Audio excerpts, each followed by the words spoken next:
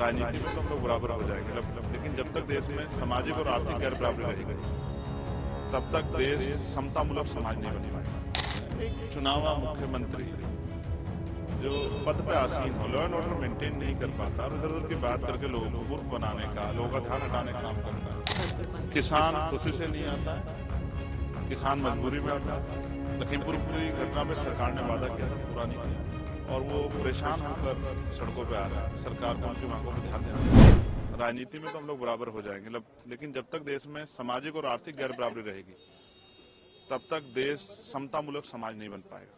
आज 75 साल बाद वो चिंताएं जो है सार्वजनिक है, सामाजिक गैर बराबरी और आर्थिक गैर बराबरी खत्म नहीं हुई। तो इसलिए आज उनको नमन करते हैं और संकल्प करते हैं कि उनके अधूरे कार्यों को हम लोग पूरा करेंगे।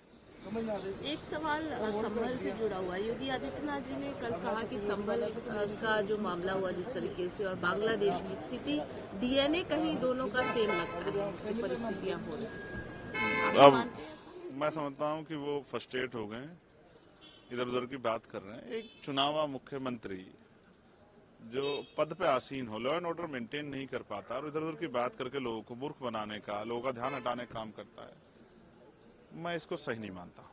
मैं मानता हूं कि वो जिस पद पे उस पद की गरिमा बनाए रखने के साथ साथ उनको इस तरह के जो है शब्दों का प्रयोग करना चाहिए कि लोगों में विश्वास पैदा हो कि मुख्यमंत्री बहुत सारे मामलों पे संवेदनशील हैं और वो उनको चाहिए कि दंगा और इस तरह की चीजें और लॉ एंड ऑर्डर जो है वो खराब ना हो, इस तरह की जो घटनाएं ना हो जिनसे जो है लॉ एंड ऑर्डर डिस्टर्ब हो। तो इस मामले में वो फेल है। मैं लगातार कह रहा हूँ कि वो फेल है। एक फेल मुख्यमंत्री से हमको ज्यादा आशा नहीं कर सकते।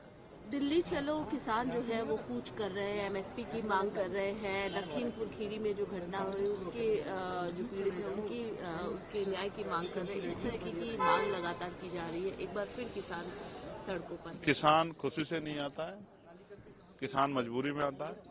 जब अपनी फसल को जो मेहनत उसने की है उसकी रक्षा नहीं कर पाता, फसलों के दाम नहीं मिलते। लखीमपुर की घटना पे सरकार ने वादा किया था, पूरा नहीं किया। तो मैं समझता हूं कि उनकी चिंता लाजमी है और वो परेशान होकर सड़कों पे आ रहे हैं। सरकार को उनकी मांगों पे ध्यान देना चाहिए और उनकी मांगे पूरी करनी चाहिए। एक अंतिम सवाल, आज एक बार फिर विपक्ष के साथ है, एकजुट है और मुंह में मास्क लगा के मोदी अदानी भाई भाई के नारे लगाए जा रहे हैं। लेकिन सवाल यह है कि हर रोज ऐसे ही शुरुआत होती है, दिन की शुरुआत प्रोटेस्ट से होती है और पार्लियामेंट जो है वो सुचारू रूप से नहीं चल पाता कहीं न कहीं। हालांकि क्या देखिए, जो विषय विपक्ष उठा रहा है, माननीय अध्यक्ष जी को चाहिए कि उन विषय को कंसिडर करके उन पर चर्चा कराएं और अगर किसी एक विषय की वजह से बाध्यता हो रही है तो उस विषय का सलूशन जल्दी कर देना चाहिए। जबकि इस पर बैठ के सर्वदलीय मीटिंग में एक चर्चा भी हुई थी कि वो इस पर चर्चा कराएंगे, लेकिन वो चर्चा क्यों नहीं हो पा रही ये माननीय अध्यक्ष जी जानते होंगे, ये उनका विशेषाधिकार। लेकिन मैं उनसे आग्रह करूंगा कि जितना जल्दी इस तरह के इश्यू खत्म हो और हाउस चले। हम जिन क्षेत्रों से आए उनमें बहुत समस्याएं हैं, राष्ट्रीय स्तर पर बहुत सारी समस्याएं हैं, जिन वर्गों से हमें उनकी भी बहुत समस्याएं हैं। जब हाउस चलेगा तभी तो हम विषय को उठा पाएंगे, तभी तो बात रख पाएंगे। आज मैं दिल्ली में हूँ, दिल्ली देश की राजधानी है। कल एक बच्चे की जो है जो 14 साल का था, स्कूल में उसके ही साथियों ने पीट पीट के उसकी हत्या कर दी है। उसका नाम सागर था, बसंत विहार का रहने वाला था। चिन्मय स्कूल का मामला है, बड़ा चिंता में है। उनके परिवार के लोगों ने डेड बॉडी लेने से मना किया तो उन पर लाठियां चलाई दिल्ली पुलिस के कर्मचारियों ने। ये सब चिंता के विषय हैं। अगर देश की राजधानी में भी अब जातीय धर्म के आधार पर 75 साल बाद आजादी की ये सब हो रहा है तो ये चिंता का विषय है। इस पर सख्त कार्रवाई कमिश्नर साहब करनी चाहिए।